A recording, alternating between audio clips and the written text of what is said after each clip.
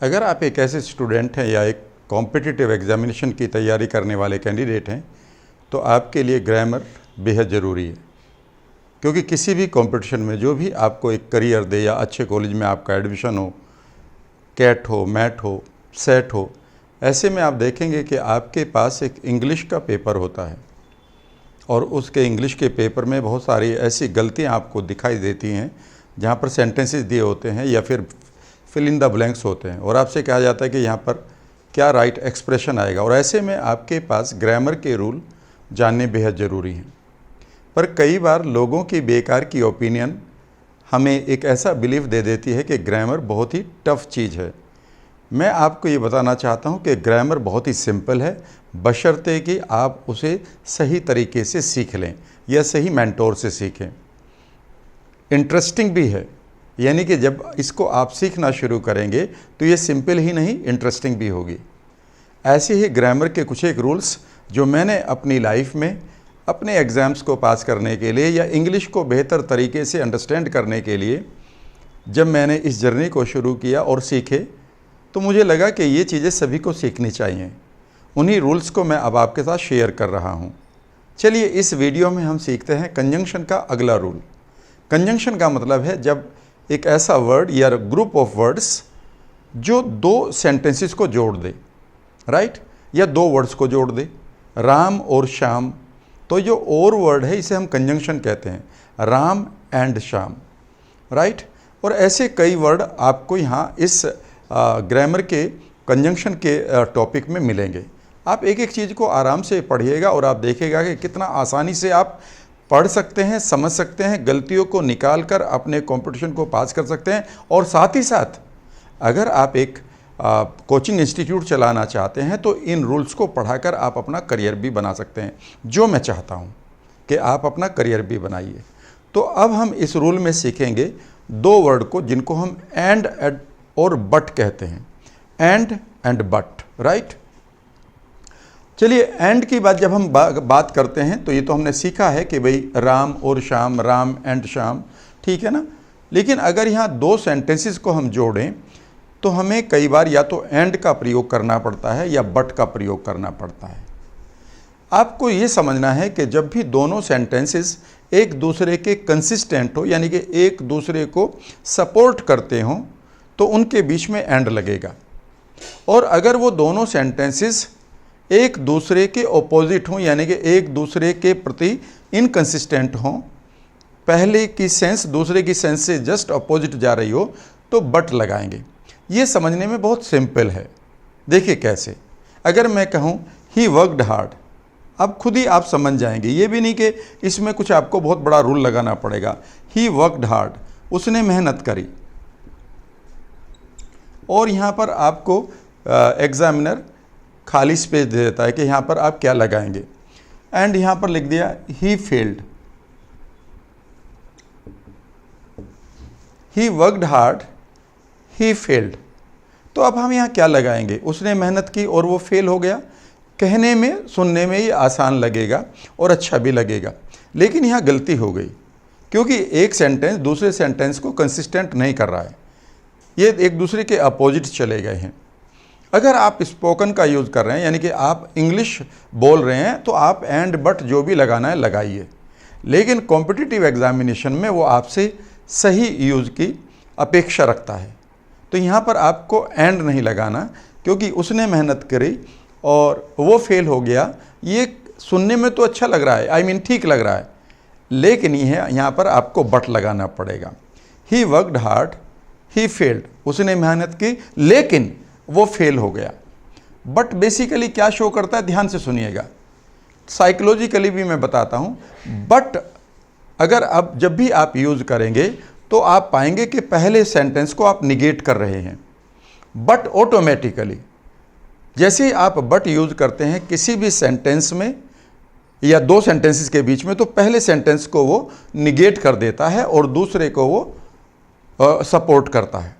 Clear है, ये ध्यान रखेंगे, इसके बारे में मैं अभी बात करूंगा। अगर मैं यहाँ ये लिखूं ही वर्कड हार्ड डैश और खाली स्पेस, ही सक्सीडेड,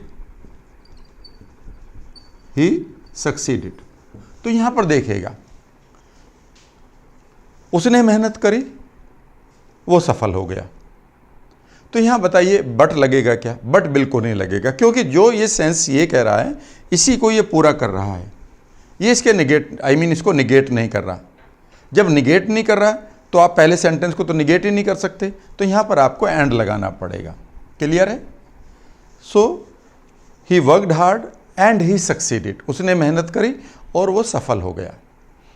तो अब आपके पास क्लियर हो गया कि आपको एंड कहाँ लगाना है और बट कहाँ लगाना है। अब मैं आपको बट को कंजंक्शन के अलावा साइकोलॉजी में या पर्सनालिटी के डेवलपमेंट के लिए और अधिक प्रयोग कैसे करें या अपने कम्युनिकेशन को कैसे सुधारें वो मैं सिखाऊंगा। राइट? सो जब भी आपको पहला सेंटेंस निगेट करना हो, ध्यान से सुनिएगा इस बात को, जब भी आपको पहला सेंटेंस निगेट करना हो, राइट, तो इमीडिएटली उसके बाद में बट लगा दीजिएगा। For example, this car is costly but it is useful. This car is costly but it is useful. तो देखिएगा, जैसे ये बट लगाया है आपने इस सेंटेंस को निगेट कर दिया है। कहने का अर्थ है कि अगर आप एक सेल्समैन हैं किसी कंपनी में और आपको कार बेचनी है और आपकी कार कॉस्टली है, तो पता है आपका क्लाइंट क्या बोलेगा? वो बोलेगा या this car is useful but यार इट इज कॉस्टली। पता है वो ये बोलेगा। अगर वो इतना भी नहीं बोल रहा, वो इतना बोलेगा, यार you know it's very costly. Clear है? तो अब आपको साइकोलॉजिकली कैसे यूज करना है? जो उसका ऑब्जेक्शन है उसे पहले बोल दो। तो आपका क्लाइंट क्या बोलेगा? वो क्या बोलेगा? ठीक है, आपकी कार अच्छी है पर ये कॉस्टली है, पर ये कॉस्टली है। तो उसने क्या किया कि जैसे ही इसने बट लगाया तो पहले सेंटेंस को निगेट कर दिया। यानी कि जो आप कार की बड़ाई कर रहे थे उस बड़ाई को इसने ज़ीरो कर दिया। क्यों? क्योंकि बट से ये सेंटेंस तो ज़ीरो हो जाता है। समझ रहे ना मेरी बात? और उसने कहा it's costly.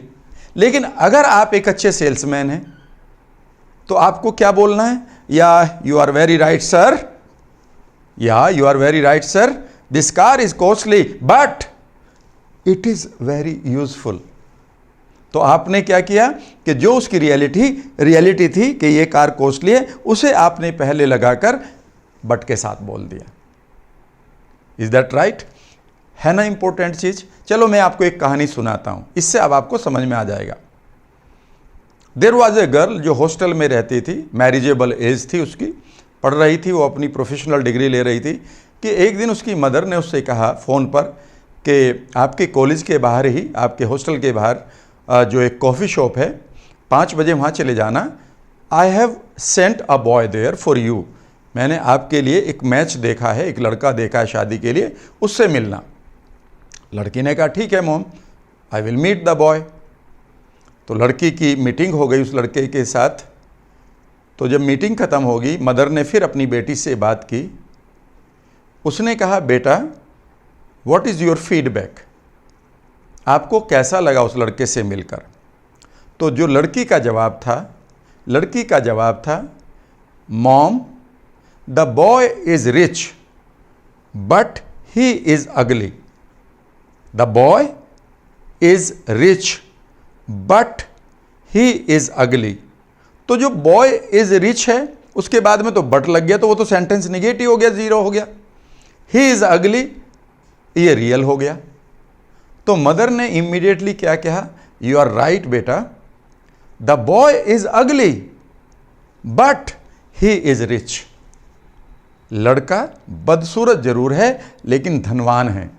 And immediately the answer from the girl केम। लड़की का इमीडिएटली जवाब था फिर ठीक है, अगर आप ठीक मानते हो तो हाँ कर सकते हो। कहने का मतलब है कि आप एंड और बट के यूज को समझ लें।